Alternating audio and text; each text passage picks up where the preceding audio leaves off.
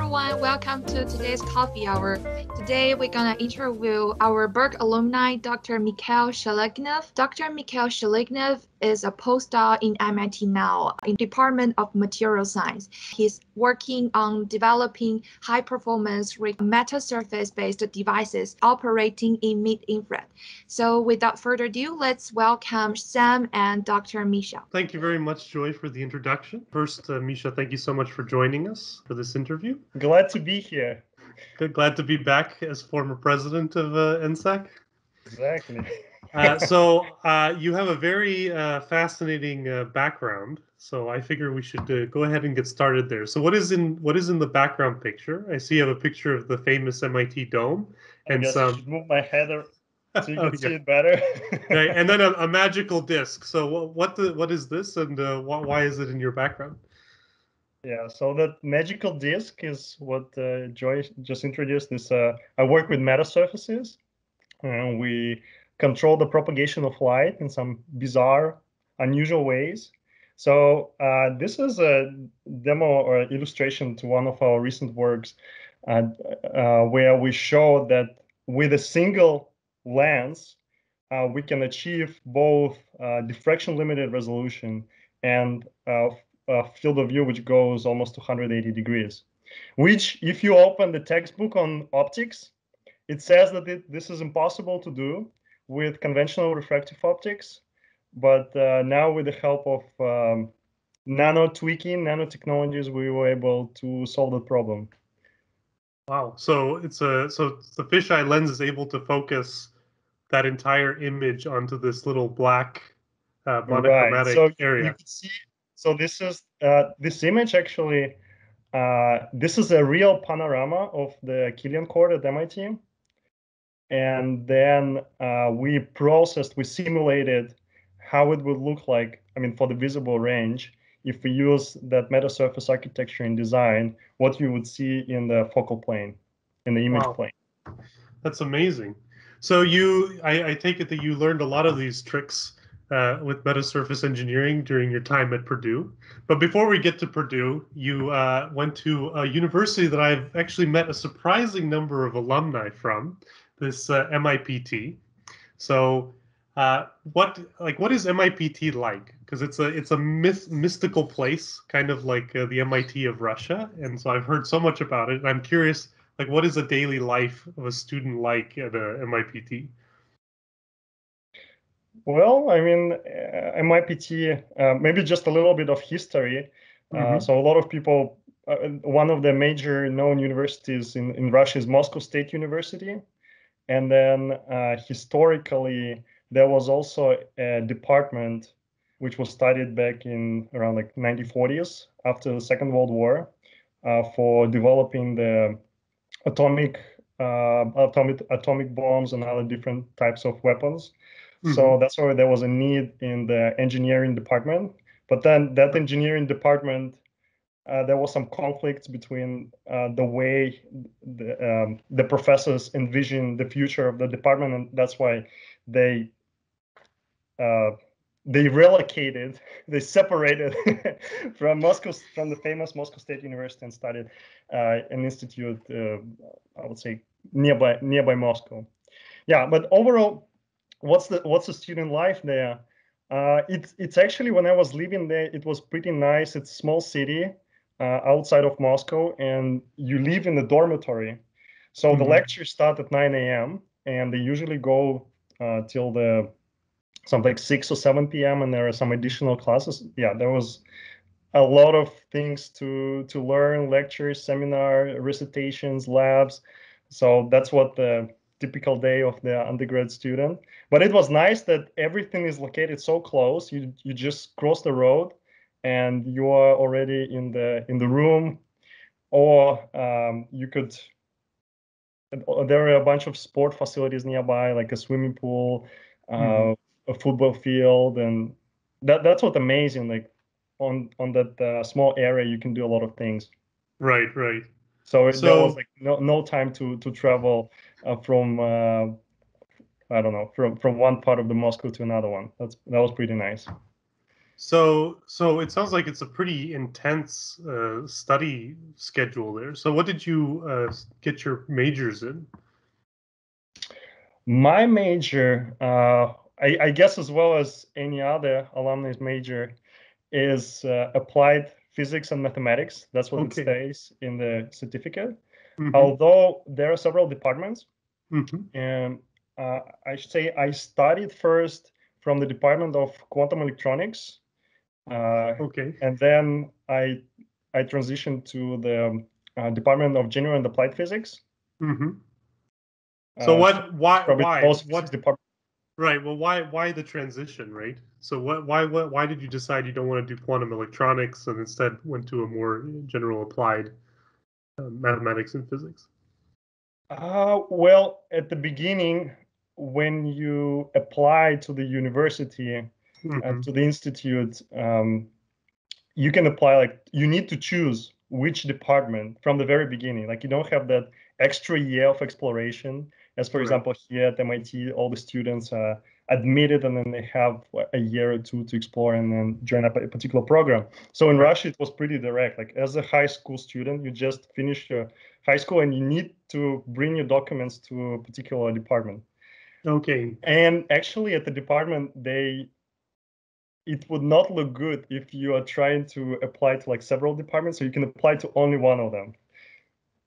So okay. And So yeah, I at that guess time I was really interested in, I mean, definitely like electronics, lasers, and that was also nanotechnologies. So these are one of the key features of the Department of Quantum Electronics.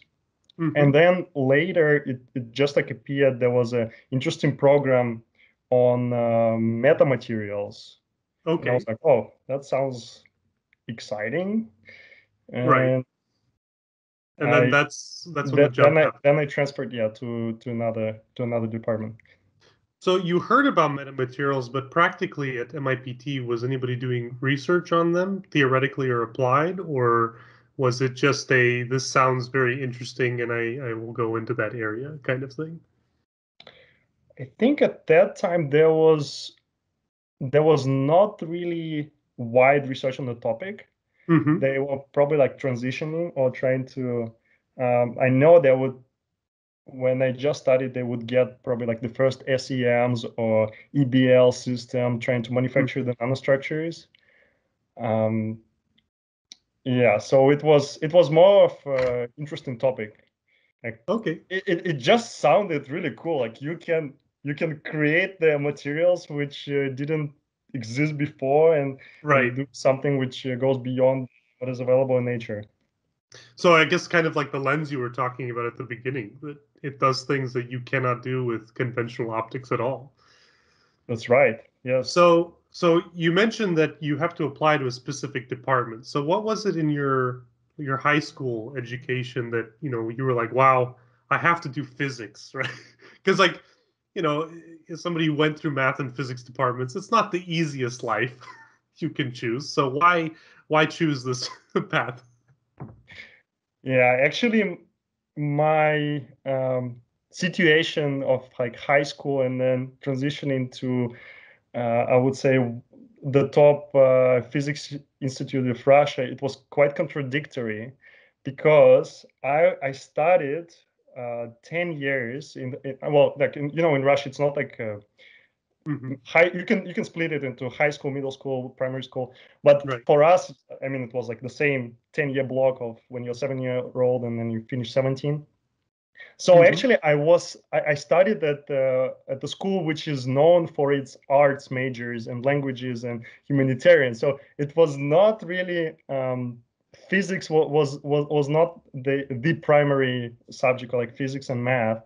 Hmm. Although I should say that our school um, had a really nice physics lab. So there was like it looked like as a museum. You can find a lot of interesting things there. Right. So I don't know how did they come to physics, but at the end of the high school, definitely physics was my favorite subject. Uh, Hmm. although at the very first lesson of the physics in the middle school, I was probably the worst student. So So for I all started from being the worst student in the humanitarian school, and then somehow finished well in the high school and was able to get into the Moscow Institute of Physics and Technology. But even for my tutor who was preparing me for mathematics, like on physics, I didn't have that much problem, but with math, I was probably a little bit behind comparing to the other guys.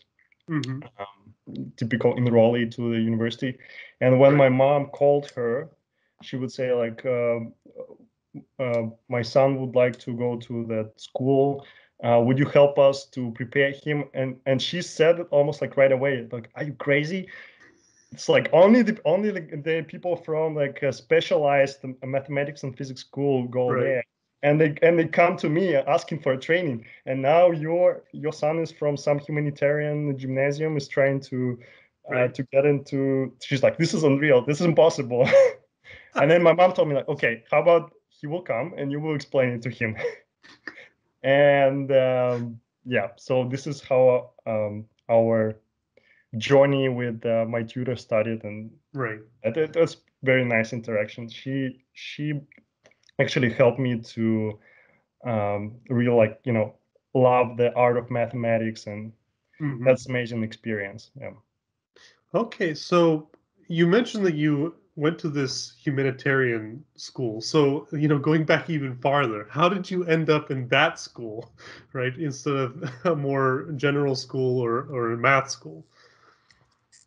Yeah, I think I would say in general, as in my life, it's just a time and place. Like I somehow ended up in the right time in the right place. I lived almost next door to that school, and my grandma, she attended that.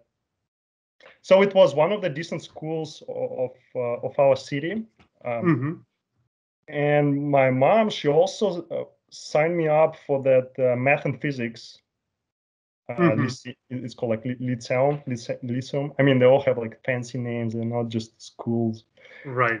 But somehow that year they didn't enroll into primary school. They had like some problems with finding the location for the students. And I guess it was like the best choice. It was 5 minutes walk to the school. Right. And the school is prestigious one. Right. So this is how I ended so up there. Interesting. So would you say that you were very like mathematical or physics oriented or mechanically oriented when you were like young, like middle school, or did this sort of happen later? I think it started to happen during our like handicraft lessons.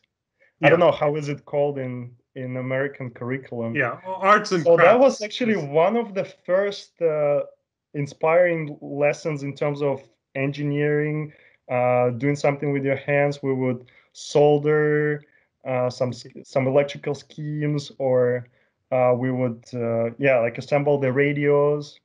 So this was like the first actual experience of making some physical systems. Although later, I think I went more towards Olympiad movement.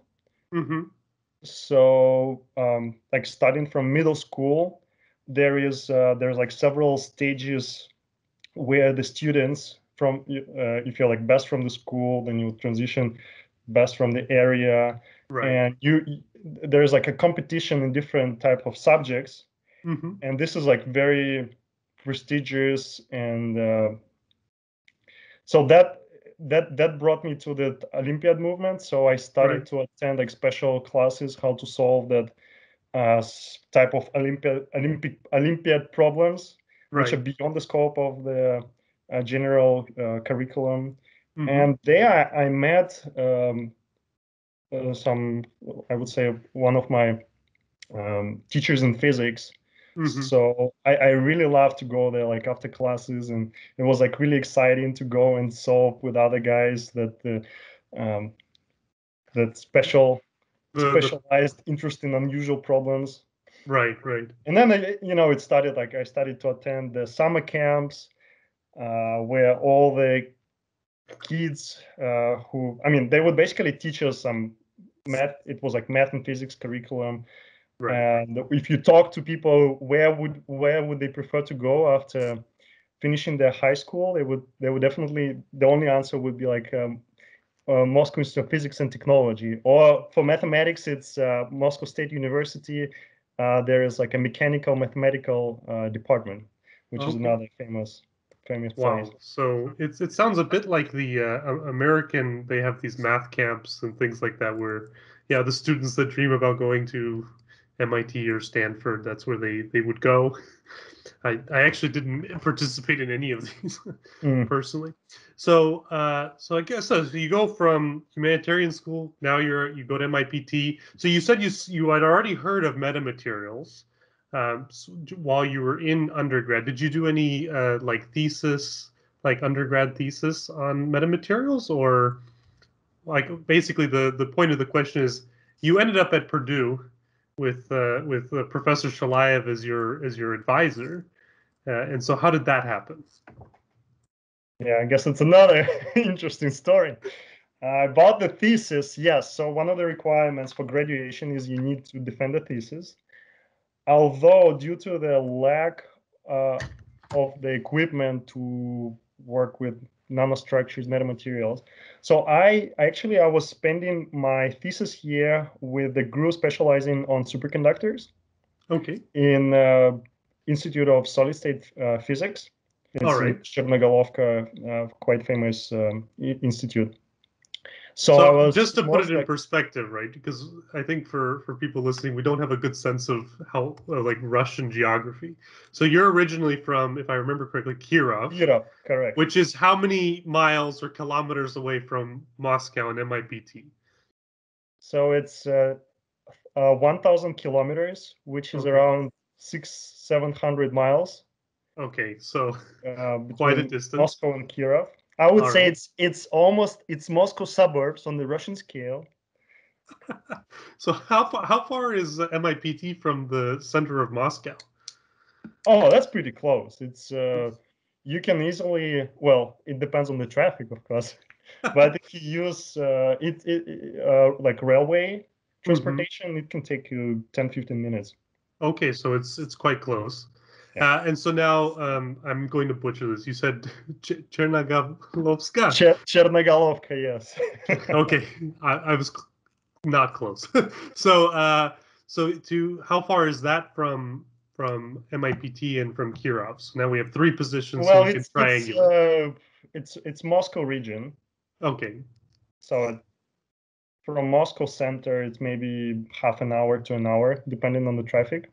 Okay. So usually the way it would work, early morning at 6-7 a.m., the bus would come to pick the students from main campus of MIPT, and then they would bring us to Chernogolovka, where there are like several institutes. There's Institute of Landau on theoretical physics. Then there is Institute on solid state physics, and there is one on something like nanosystems. Actually, you know, that the Nobel laureates Konstantin Novoselov and Andrei Game, they also worked in the Institute of Solid State Physics. Wow, so you're walking into like big footprints there. I mean, Landau Institute is famous all over the world, so I'm sure the other centers are also. Okay, so all these institutes, they're like in the middle of the forest. Right. So when you leave there is maybe a couple of buildings. There is one store, and there are like four or five institutes around. Okay, so it's a very quiet, calm place. Exactly. So did you ever walk around the building to think, or were you too busy to think? Well, I guess you while you're walking through the forest, yeah. Oh, that's good to hear. Okay, so now how did you do your thesis on superconductors? So now you apply to come to several universities in the U.S. or just Purdue? Not to several. Not to several. Okay, wow, you did not mess around. How many undergraduate schools did you apply to? Also just one? I honestly applied to one of them, but my mom, so she felt that I mean, since it may be, I mean, she was maybe not sure whether I'll make it or not. So she said secretly she would send my documents to some other place just in case, like as a backup. Because for the men in Russia, if you fail getting into a university, you have to go to like serve in the military. I see. Okay. So, and yeah. And a lot of parents are quite not paranoid about that, so they right. they want their especially boys to make sure they go to the universities instead of going to the army service. Okay, so you applied to Purdue, and what gave you so much confidence, right, that you would be able to do research at Purdue?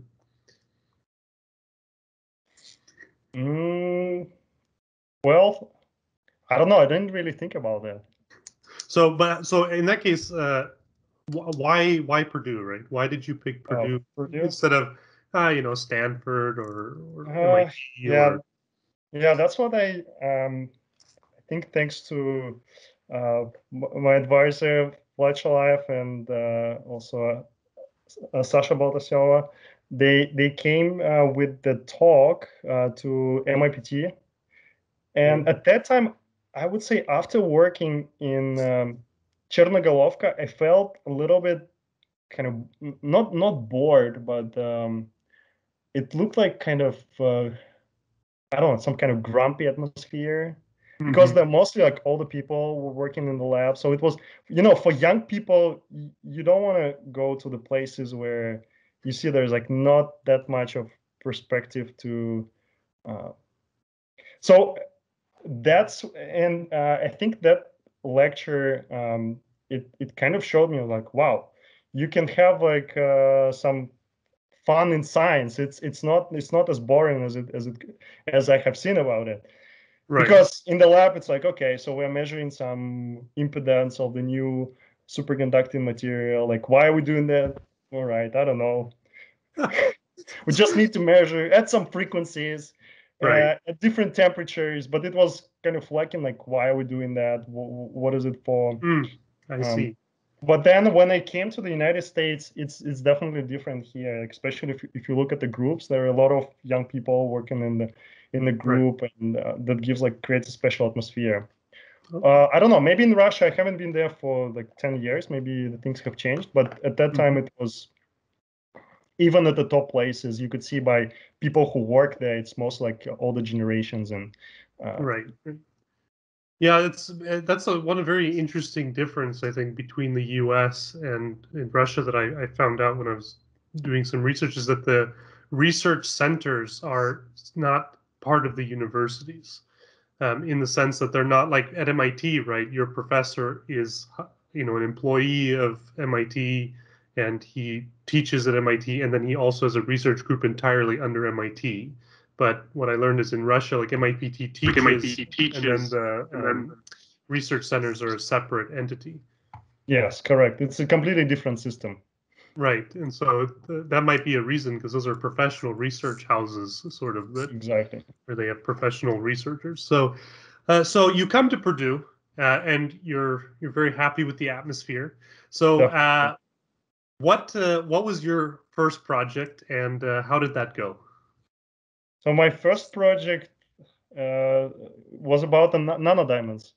So that's exactly how I that was the overall theme for my research. And yeah, I think it almost started right away, almost from the first week. Okay. Just professor said that we need somebody to work on the topic. Yeah, so the front is that way. And Misha went on the so you started. So how did Professor Shalayev decide this, and how did you decide to go in this area? Like, do you know how the project originated, or like what was it that was so interesting? I think in the group there was some preliminary experiments trying to study nanodiamonds and to see if we can leverage the color centers. And then there was a topic of hyperbolic metamaterials, which can substantially enhance the emission properties of these light emitters. Okay. So that was direction of to see, can we enhance the spontaneous emission of especially single photon sources produced by these color centers with hyperbolic metamaterials. Okay, so and then that theme kind of ran through your research the entire time. I mean, if I remember, your entire thesis was about color centers and nanophotonics. Like the core of my thesis, yes. So that project I know went very well for you. I think it's still hanging on the wall in Birck. There's a cover of laser photonics reviews. Yes, so we haven't forgotten you. So you do this project. It goes very well. And then where do you go from there? To MIT? yeah. We're gonna ignore the next like 3 or 4 years of work completely. So, because I recall at that time that the quantum initiative in Professor Shalaev's group was really beginning to pick up steam, and you were one of the big people that began development of that. So, that's right, like, yeah. how was it sort of being responsible for pushing into a new area? Like, what were the challenges, and how did you kind of deal with being kind of a new person, like a new pioneering a new direction in the group, I would say. Because I know you and Semyon Bogdanov worked a lot on this. Yes, so looking back at this project, so I think in general, the quantum labeled projects are quite difficult and expensive and complex comparing to all the other things. And I think for me, it was, it was a good big challenge to make it work. I think the first experiments which I have done, they were not as difficult as when we further moved and elaborated the equipment and the system. Yeah, I think what do you think made the first project? Because usually I think students have the reverse problem, right? When they first start, everything is very difficult, and then it becomes easier over time as they get experience. But so what, in your case, I think the reverse happened, right? The first project went very nicely and smoothly, and then the project ramped up like exponentially in difficulty. So what was the difference between your initial work and the other work that made it so much more difficult? Well, the initial work was basically studying the nanodiamonds and their properties and trying to find which one is the best type of nanodiamond. So that was, I would say, pretty straightforward project. Although there was some challenge of measuring the fluorescence and trying to see whether we can find the color centers. And then after that, it was the next step would be leverage, like fabricate hyperbolic metamaterials and try to couple them together and study the fluorescence properties. So yeah, I think it's I think it was how it's called, like increasing the load of on the research slowly with every single step. Right. So you did these experiments. I know you built a lot of the setups in-house. So whenever you have to tackle a project like building a setup, right, which is pretty complex, how do you approach such a large project and not get discouraged whenever, inevitably, item 143 on your to-do list is not working? And how do you manage a long-term complex project, and how do you keep from getting sort of burnt out or depressed by how it's not finished yet? How do you deal with all this? Yeah, that's an interesting question. Well, I think we already so from this, as I started, it was not like developing the setup from the scratch. So in the nearby lab from Bindley Center, there was already a setup, which we, like myself and the person who worked there, then Dad Alyosha and Semyon. So, so we were like started to change that setup, and then as soon as we knew how that setup operates, then I think it became easier to kind of replicate it. Right. in our lab. And that's what Okay. definitely on the setup, on the like the recent setup, which is used in the lab. That's what I would say. Most credit goes to like Simeon, who Right. assembled it. But the first measurements where we did like G2 or like microwave, so that was like some pieces added to that bigger Okay. confocal microscope. So your approach is to sort of build something that works, get some nice results with the minimum amount, and then sort of expand the equipment outward over time. So you basically, like you said, ramp up the complexity so that you always have some progress that is being right. made. So there was like unique this confocal microscope, and then when I needed to measure G2, that I guess I need to explain it in the half an hour. No, we don't. We so don't want to go into a lot of detail about it. So just over, 1,000-foot view of this. Yeah. So it was like adding something to that system, and then later replicating or building an even better system later in our lab. So it's more of an evolutionary thing rather than going from huge jumps. No, it was not like empty table and then something all of a sudden out of nowhere. Yeah. Misha went walking in the woods, comes back, and then just builds a setup. It's not like the movies.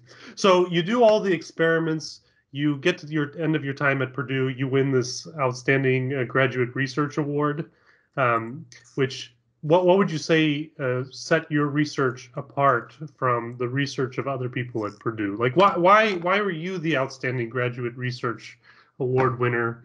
Versus, let's say, other researchers, and it could be any variety of factors, or just that. I don't know, Sam. I didn't really compare that in a detailed manner, like how I'm better comparing to others. Yeah, I just put together whatever I have done during my PhD, and it seems like the committee members like what I have accomplished and decided to go with it. Yeah. Okay, so you then decide to do postdoc. So I assume at this point you've more or less decided that the academic career is for you. So what made you choose, let's say, continuing on in academia versus trying to get an industry job or working at, like, let's say, Google or IBM, where they have quantum initiatives going on right now? Well, yeah, here it's also, again, the situation where I envisioned one thing. So, I mean, in terms of industry or academia at that time, I would be more focused, like, to go towards academia. I didn't really think about getting an industrial job. It was more like a question which direction to go. Right. And then it was, I was preparing some postdoc fellowships and applying for the kind of grants. But they didn't really work out. And then one day, there was a group at MIT. They were looking for the expertise in metamaterials and metasurfaces. And it happened that I was graduate at the time. So just like you said before, time, place, and opportunity, right? Yes. And then my advisors connected me. So it was like through a network or so it was definitely not as a formal application kind of thing. Yes. I see. So basically, it just so happened that they needed somebody with exactly your skill set at exactly that time, and of course the research you do is high quality, so it's perfect. Yeah. So I think that that decision, it was, I mean, I'm really glad that I took that position and where I'm now. So that's right. So although maybe at that time I was a little bit hesitant because right. it was not maybe how I pictured it out, but it turned out pretty well. Yeah. Okay, so that's actually a good question. Is that you did a lot of work with quantum and nanophotonic structure engineering, and now you're doing mid-infrared lenses. So what would you say the biggest difference that you found between these two areas is in terms of research or community or sort of perspective? Well, I wouldn't say that I was that much in the community of quantum photonics or Right. quantum communication people. I think like in our lab, our base is nanophotonics. We're coming from the side of nanophotonics to see what kind of challenges we can solve for quantum optics folks, for that Right. kind of community. So that's why I would say I was and still within the nanophotonics community, and then Okay. on the quantum optics side. I see. So what you're saying is that this is the great advantage and beauty of nanophotonics is that you can go from engineering nanophotonic structures for diamonds and color centers to nanophotonic structures in mid-infrared, and it's a very similar sort of skill set and techniques. Is that correct? Yeah.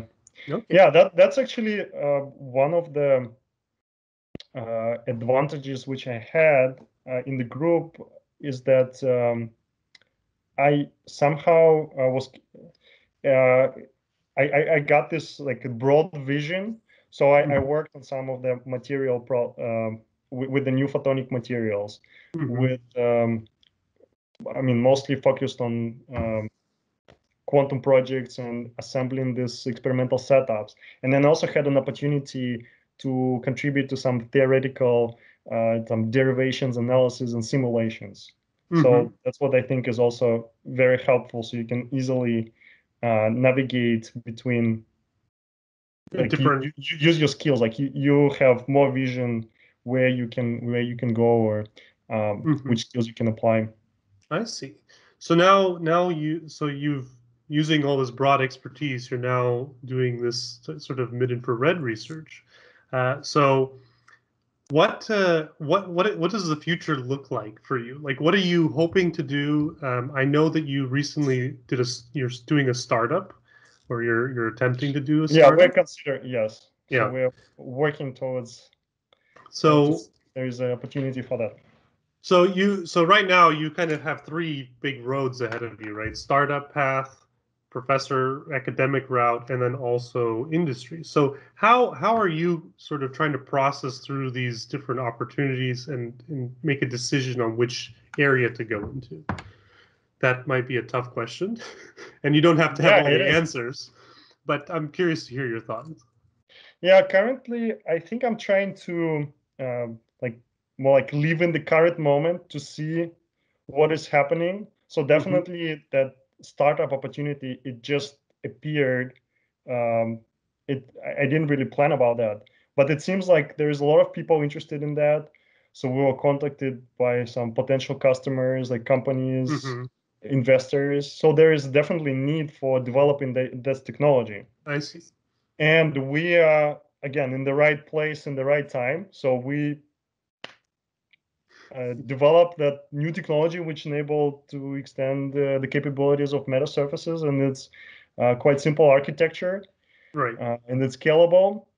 So So it has a good perspective for that. right.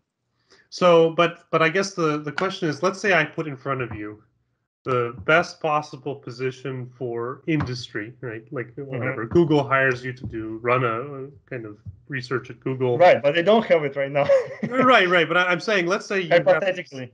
let's say you have hypothetically, you have all three positions available, right? You have the startup guys, they're like throwing money at you, saying, please, build it. The academic positions, they're, begging you to come and join their department, and industry is begging you to join them to do work. How would you even begin to think about which direction to take? Yeah, Sam, I don't know. It depends on details. Okay, I'm not that abstract person. Okay. It all depends on where, what kind of thing to do. But overall, I would say for me, what would be like important is to bring like some high impact innovation. Okay. So it doesn't really matter where I'm, if I'm in industry, whether I'm in startup company, where I'm in university environment. Yeah, there was like the book, I guess you also recommended me, The Innovators, Right. by Isaacson, because you could see that the thriving of this of the IT technology, it came from all over the different directions. So it was not fully condensed in a university environment. It was not fully condensed in startups, but it was going from all over the place. It was like from national labs, from university groups, from startup enterprises and big companies. So, okay, so you're saying that wherever you go, you're just Yeah. what you will look for is the what you perceive to be the best opportunity to do sort of Yeah, innovative, high where I could be impact work. helpful. I Yes. see. Okay, so this theme, Given current situation and current what I wind have in my conditions. hands. So you've mentioned that you're sort of in the right place at the right time. So how would you say that you end up in this position of being in the right place at the right time? Or is this more of a we look back and say it's the right place and the right time, but it just happened? Yeah, it's like miracles, Sam. It's a random walk of miracles. I see. I think You that we you can't control. You can be prepared. right. Uh, there is like a saying that you can increase your luck by doing your homework and looking for the opportunities. Yeah, Because a lot of people that can definitely walk seems by to be and the don't trend. see that, but Yeah. you're prepared. You already thought about that or did something, some kind of expertise, and then you see that. Yeah, because like that definitely does seem to be the key theme, right? Is that every position you move to is Yeah. due to the fact that you worked hard. It might not be where you expect it to be, but you will have a good opportunity. And I think in general, this skill is important for researchers. Like sometimes you already build uh, the picture, how your paper will look like, what kind of experiments you need to do, Right. and then you just walk through every single step, and then somehow it will end up magically in the paper. But the reality is different. Maybe actually you will find something more interesting during the experiments. Right. Actually, that's what happened to if you read like the history of discoveries. Like the one which comes to my mind was the how the superconductors were discovered. So it happened just by the accident because the PhD student just fell asleep during the experiment. And then when he woke up, there was like no resistance, and he's like, "What is that? I don't know. Something is weird here." Right. Right. So a lot of these special accidents, unusual things led to like big discoveries where you Mhm. don't really expect them. So you've mentioned this. You've mentioned sort of that people make this mistake of trying to overplan their life or overplan their experiments. So what other, if you had to give advice now that you've kind of gone past PhD, you're mentoring PhD students, what would you say the biggest mistakes that people are making when they do PhD? What would you say that those are? Like if you could give like somebody walks into the PhD program first day, right? And you're like, hey, don't do X, Y, Z. What would X, Y, and Z be? Hmm. Well, I, I wouldn't say, well, what I saw sometimes is that people think that sometimes experiments, you just push it's like you put say, your sample in a black box, push the red button, and then it gives you some results. But the reality is different. So sometimes you need to, sometimes this black box is not working, and you need to really um, find out what is the problem, why it doesn't work.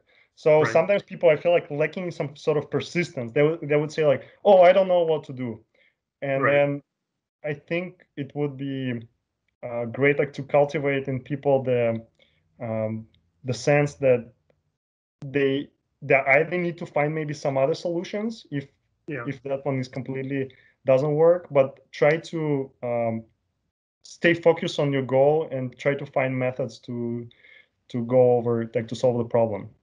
All Like right. don't give up too soon on it. Don't give up too soon. But when do you give up? That's actually a very hard question, right? Of when would you say is a good time to give up?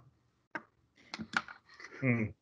He's just like when it It's like works. as Churchill said, never, never, never, never Right. Right. give in. Yeah, that's a good question because indeed, well, I think what is important is to make some conclusion, like what you observe. Mm-hmm. Um, yeah, I don't know. That's a difficult question to answer. Right. Sometimes there are some moments when you're like already, okay, I give up on that, and then Right. you go to sleep, and then in the middle of the night you're like, I forgot to change the filter. And then it's like, oh, this is why the whole week I couldn't get a good signal. Right. So Okay, there's like so even some small things. it can And then mess you things up. tried almost everything in your setup, it doesn't work, but then suddenly, You know, it's working. Yeah. yeah, Yeah, it's crazy how close you can be to success and have it be look completely wrong. yeah. Like the how's it called, like the border between the success and failure is like very close. It's like a very narrow margin. Right. Absolutely. So that's what people sometimes they're like already there, already make it, but Right. then they're like, But they get too okay, I give discouraged up, or and they too. don't know that could be a one nanometer from the victory. I see. So if you look back at all the research you did at Purdue, what's the mistake that you made that to this day, you know, you sleeping in bed and you think about some stupid thing you did in the lab, and then you kind of go like, oh, how did I do that? What is the most sort of like ridiculous thing that you did in the lab that you're like, wow, that was just bad? Obviously, Well, the ones that are borderlining on criminal. No, I'm kidding. hope I'll be not expelled from the clean room. Right. So, but is there a particular experiment that you look back on, you're like, wow, that was just a mess? Well, yeah, there was a um yeah, there was some, I would say, like some sort of prank experiment. Uh, yeah, once we were making um engagement ring coding with our top materials, but we did clean it properly, so it was fully cleaned Uh-huh. with all the solvents. Yeah, it's definitely a good thing that you're Although confessing this we now. didn't, although there was the problem was that we didn't really put any adhesion layers. So after a certain time, that the material, I mean, it dropped Flaked off. off. I see. Okay. Yeah, because I know that everybody else in the group that knows about this has been dead silent about it under torture. Because we don't want to have certain people come after you. So while everybody is still getting into Kahoot, Joy has a question that says, "What do you think would be the biggest challenge for your future career? Like, what are you most afraid of in the future, right? In What I'm terms of your afraid of? career, in terms of your career, yes. Like, what is the challenge you're like, oh man, that's a lot." Well, I wouldn't say it's a challenge. Is it like about fear or? I think it's mostly about the challenge. Like, what do you think is most challenging for you? Like, if you look at your future career, like what's like the biggest The most challenges? challenging is to handle the amount of tasks. Okay, That's definitely a lot of things, because I can imagine like in the future there will be more things will add on top of that. So it's right, like every single year. I remember when I was in high school, it was like, oh, that was tough. And then I go to MIPT, it was even tougher. And then it's like every single year, the life loads you more and more and more responsibilities. And right. um, but yeah, hope I will stay strong. Will be able to hold it, To everything, keep going and keep keep going. pushing. Yeah, It seems like it gets harder and harder over time, but then you also are becoming stronger and yeah. stronger.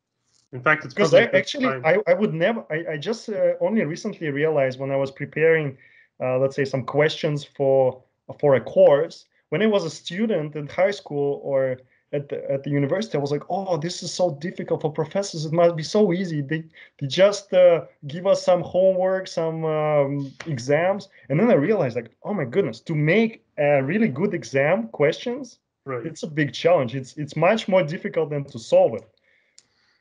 Well, it depends on who's making the exam, because I've definitely taken some exams where it's clear the professor just listed some questions and they were impossible to solve. So that was definitely fun. So, Misha, unfortunately, I mean, we could keep going forever, but unfortunately, we have finite, limited time. And the line between going overtime and going way over time is also 1 nanometer thick. So thank you so much for coming and talking today. No, I also would like to thank you for inviting me to share about my thoughts, background, having a nice conversation. Tough questions from Sam. I can't let you go too easy, right? All right. Well, thank you everybody for joining us this week.